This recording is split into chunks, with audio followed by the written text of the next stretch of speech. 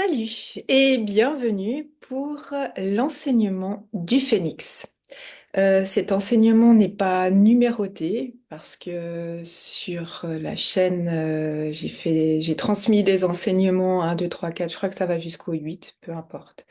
Cet enseignement est à part. C'est la première partie. Il y aura d'autres, je ne sais pas combien. Peut-être trois, peu importe, ok.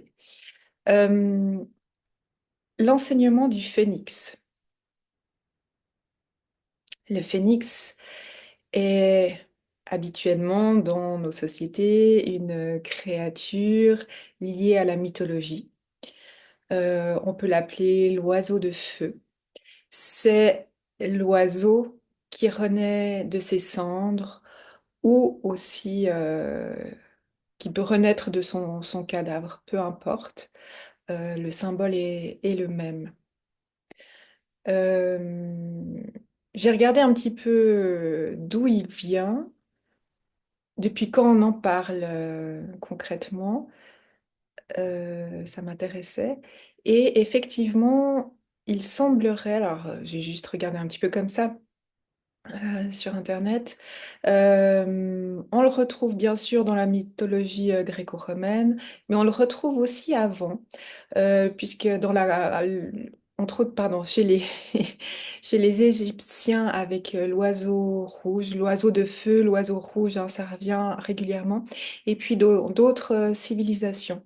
Donc il semble qu'il soit extrêmement ancien dans ce qu'on a retrouvé en termes d'écriture ou de traces dessinées, enfin de traces écrites qui perdurent. Et pas, justement, la question c'est toujours, mais en fait par oral, est-ce qu'il existe au-delà où on a perdu des traces dans l'océan par exemple ou autre. Bof, peu importe. Ce qu'il y a, c'est que c'est un être qui apparaît depuis extrêmement longtemps, plusieurs milliers d'années, dans différentes civilisations. Donc ça, c'était visiblement important à transmettre, comme si euh, cet oiseau avait toujours été là. Maintenant, maintenant. Le message, l'enseignement qui est transmis se rapporte toujours par rapport à la fréquence du phénix, puisque le phénix, étant un être du monde de l'invisible, il est intéressant de travailler avec lui au niveau fréquentiel et à travers le cœur. Le phénix est donc le symbole d'une mort pour un renouveau. Le phénix meurt par lui-même, de par les expériences qu'il acquiert, pour se refondre et se reformer sous de nouvelles fréquences, dans un nouvel être qui évolue selon son expérience passée. C'est un être de lumière, car à travers ses expériences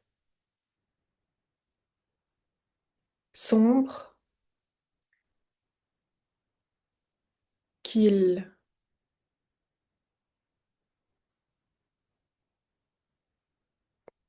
qu'il purifie et transmute à travers le feu et la mort,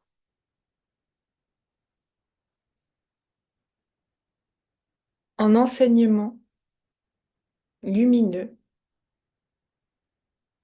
qu'il peut intégrer dans son nouvel être, sa nouvelle vie. Cela en fait un être alchimique,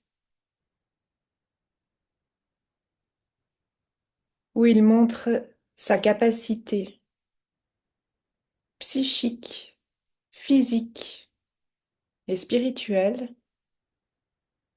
de transformer ses ombres, ses densités lourdes en lumière. Et c'est bien un acte alchimique de transformer le plomb en or.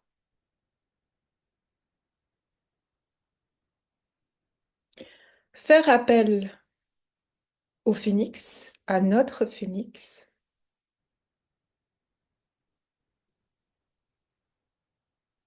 nous permet de faciliter cet acte alchimique en nous-mêmes.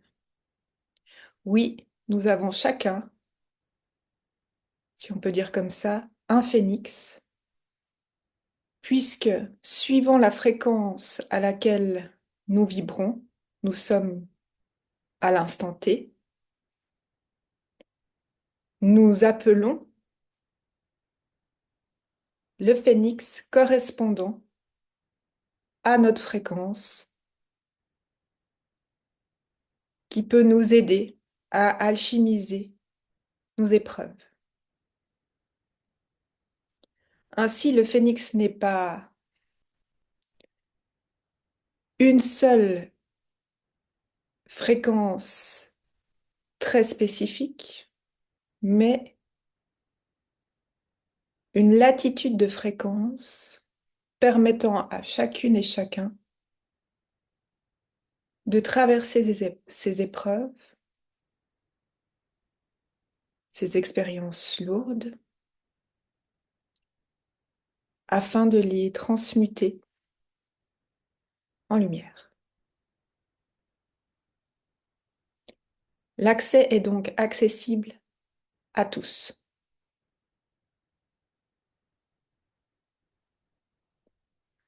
Comment appeler son phénix?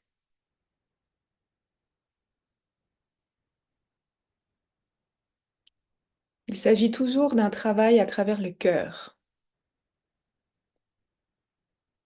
Donc, étape 1, s'isoler dans un coin calme, tranquille, où nous ne sommes pas dérangés. Étape 2, se centrer en fermant les yeux. Cela aide énormément.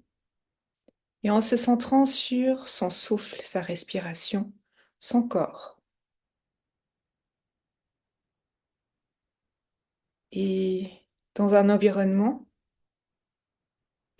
silencieux, ou du moins avec une musique qui aide à se centrer.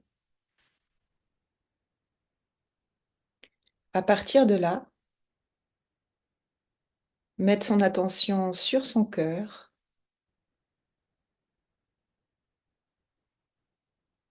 et le faire s'ouvrir, s'expandre en étant dans l'amour,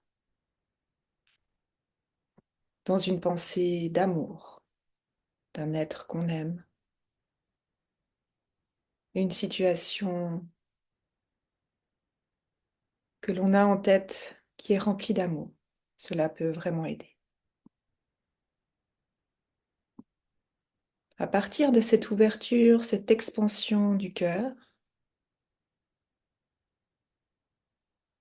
appeler son phénix, tout simplement. J'appelle mon phénix pour m'aider à alchimiser mes épreuves. C'est une phrase exemple.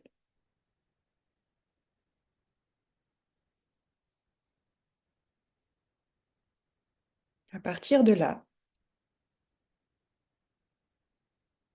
restez attentif à votre corps, à votre souffle et ce qui vient.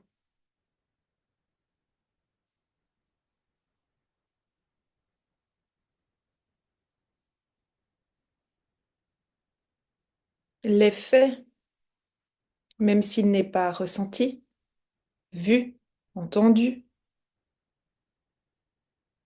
est présent. C'est-à-dire que les fréquences de son phénix sont connectées à soi et de ce fait, le travail fréquentiel dans notre être, dans notre corps, aussi dans notre corps physique, se fait. Le jeu consiste à répéter l'action aussi souvent que possible, quotidiennement, et d'observer les changements de sensation, les changements de température, euh, peut-être de couleur dans la tête, de messages, visions, peu importe, et d'observer tout changement, aussi infime soit-il, dans votre quotidien. La manière dont les personnes s'adressent à soi, comment je m'adresse aux autres, ce que je reçois, ce que je donne, comment je regarde le monde, comment je me lève le matin. Attention, le processus d'alchimisation entraîne un moment, une étape chez l'être humain, dite désagréable, puisque quand j'alchimise, je suis obligée de regarder les choses telles qu'elles sont. Je suis, je dois passer par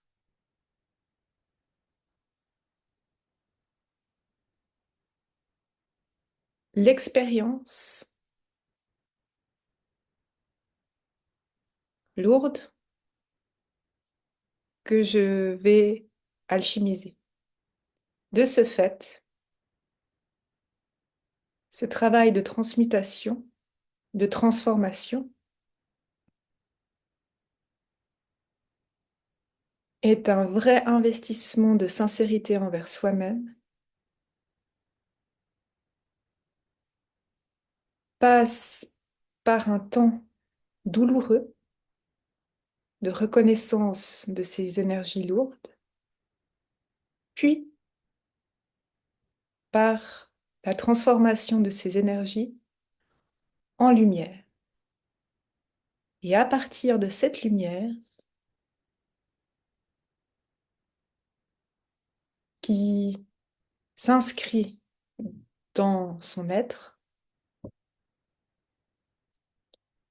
une sensation de libération naît. Ainsi, et à partir de là, notre réalité, nos manifestations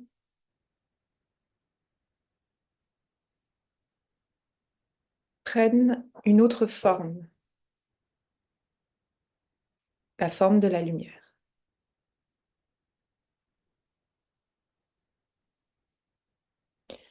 C'est la fin de ce premier enseignement. Je pense que le prochain parlera du magicien, mais toujours en lien avec le phénix, mais notre capacité à manifester de la magie dans nos vies. On va dire ça comme ça. Dernière chose, cet enseignement du phénix est accessible, comme on l'a vu depuis des temps très anciens. Il est rappelé aujourd'hui car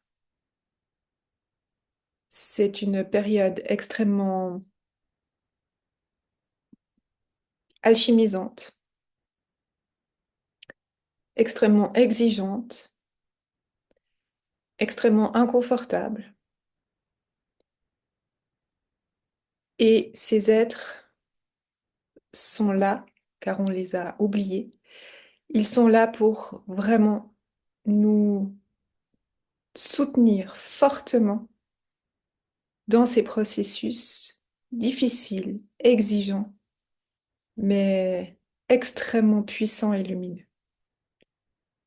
Donc, ils se rappellent à notre souvenir pour que nous puissions les appeler, travailler avec eux pour nous aider. À bientôt pour la suite.